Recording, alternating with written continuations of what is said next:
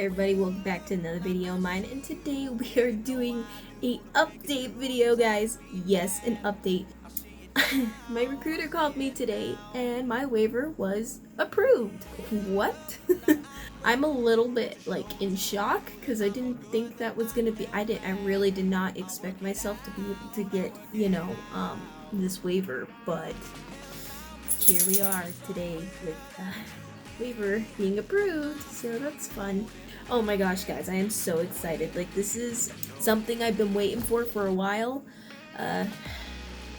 It's been a month. It's been a month and 2 days now since I've went to MEPS and got the waiver put in. So it took about a month for me to finally hear back about this waiver, but hey, here we are. We got this. We're good. We're Gucci.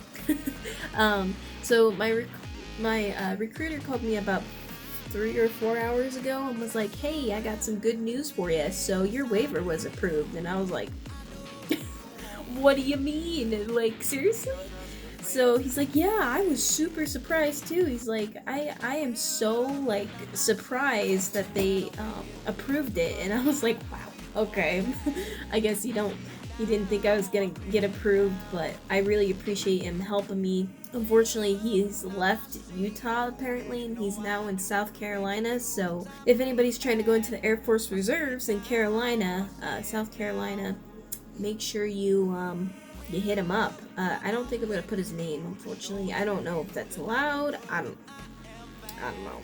Anyways, he's a great guy. He really is. He's a staff sergeant, so I'll just keep that. Maybe you can find somebody that's a staff. I don't know. I can't give him his name because I don't know if that's allowed, like I said. But anyways, guys, I am so excited. So the next step to this whole process is securing my job. So now here's the crappy part about having self-harm on a waiver for self-harm is now not only do you have self-harm on your record, you also have a waiver on your record for self-harm. So now it makes it where your jobs are restricted. Like, you don't have all the jobs to choose from anymore. And as you guys know, my ASVAB scores were also just terrible. They were not the kind of scores you would want for the ASVAB. I got a 31? No. I got way higher than that. Actually, I have the paper right here. I could just tell you about my paper. And I'll just show you my paper if there's nothing important on it. I guess there's kind of, yeah, I can't show you that. Or can I? Hold on. I'm gonna put you on hold for a minute. Okay, we good. I had to fold my paper a little bit because if I didn't fold it, you guys would see like things I don't want you guys to see, like my social security and all that. You don't need to see that. This, I can show you later. I'm doing this one-handed because I'm using, don't judge, a selfie stick, so I don't know if you can see that. Oh, zoom on in a little bit. But yeah, my official score was a 35. And then these are my scores that I ended up getting for everything, pretty much. So with Air Force, I scored the lowest in Air Force. That doesn't mean I'm stupid, it just means that, well, first of all, the Air Force is always higher standards than the other branches, apparently, which is interesting. I don't know why, but it is. I passed it at least, and so, anyways, the reason why I was showing you that is because since those scores were so low, I'm going to be struggling with jobs, okay? So he looked up all the stuff, all the jobs that I could qualify for reserves at my base here in Salt Lake City. He only found 2, so that's fun. Only 2 that I qualified for. Yeah, that's always great time, right? So I was like, okay, here we go. Here we go. So he's like, first one, okay, it's going to be AC vac, I think is what he called it.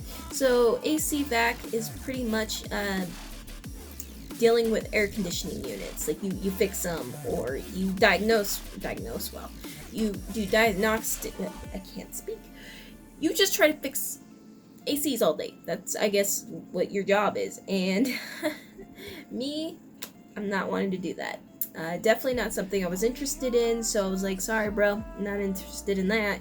He's like, okay, well let me see if I can find something else. And then he's like, okay, so this is the last one that I can offer you. And I was like, last one? Like there's none others. There's like just two. And he's like, unfortunately with your waiver and then only being able to go to one base, yeah, you only have these two jobs that are available right now. And I was like, okay, fine. And the thing is, I couldn't just say, no, I'll wait until we find a job, because, first of all, when you get a waiver, your waiver only has so many days before before it just, you have to renew it again. And then the possibility of it getting approved again is very slim, because the first time you didn't, you passed or whatever, you got your waiver, and then you waited too long, they're gonna be like, well, this person's not really interested in Air Force or Navy or whatever, because they're not trying to go out of their way to get into the armed forces. In other words, I was backed up into a corner for the second option here, which is personnel. Now, I didn't want personnel. I sure in the heck did not want personnel. I'm a little disheartened about it, because it wasn't something I wanted, like not even close, but I've come such a long way, okay, from it's been 2 years, guys. 2 years since I've been trying to join the Air Force, okay? The first time I tried to join, I was told no because I had a tattoo on my hand, which, you can kind of still see it a little bit on my hand, but it's gone. Before, it used to be, like, totally noticeable, because I just got it not too long ago, when I last tried to enlist, and so I had to get removed. Took about 6 to 7 months, and then, well, about a year actually. Yeah, exactly a year. And then I contacted again to say, hey, I want to join now that I got rid of this dang tattoo, and it was never a problem after I got rid of it. I did not tell MEPS I had it, though. I did not tell him I had any tattoo removals, nor will I, because there's no need. It's not affecting anyone or anything. The guy checked my hands at MEPS. He was like, hold out your hands like this so I could check them. He checked them and didn't see it, so he didn't put anything down on the thing, which is good. Yeah, guys. So, personnel's my job, apparently. Supposedly. We don't know yet. My recruiter put in the paperwork to have me get that job, but so far I haven't heard back. He said he'd get back to me to let me know what's going on. I don't know if he'll get back to me. Maybe on Monday is my guess. Tuesday, I will be going up to Salt Lake to do my initial swear-in and enlist. So, it's so crazy to say that. It's so crazy. It's been a long road, guys. A long road, and I can't believe it's time. I can't. Actually, I'm kind of panicking a little bit now, because I'm like, it's been so long. This whole time I've been waiting for this waiver, I told myself, it's not gonna happen. You're not gonna get that waiver. You're just gonna, have to try the Army. But it happened, and I got that waiver somehow. So I'll give you guys a little bit of tips and tricks of what I don't know exactly, but what might have helped with the whole situation of with getting my waiver approved with self-harm. This might even go for depressions, or if you have depression or something like that. I'm not sure, so don't quote me, because I am not a professional. I am not a recruiter. I am not anything like that. I am just a regular blow Joe that ended up somehow getting her waiver approved. So, I don't know. Anyways, so this is what my recruiter and I did the first time we met. So we met up. I told him straight up, I was like, listen, bro, I've done self-harm. It's on my medical records. That's the thing. If it's not on your medical records and you can't see the scars like I have on mine, I'll show you. Also, don't mind the chemical burn I have on my arm.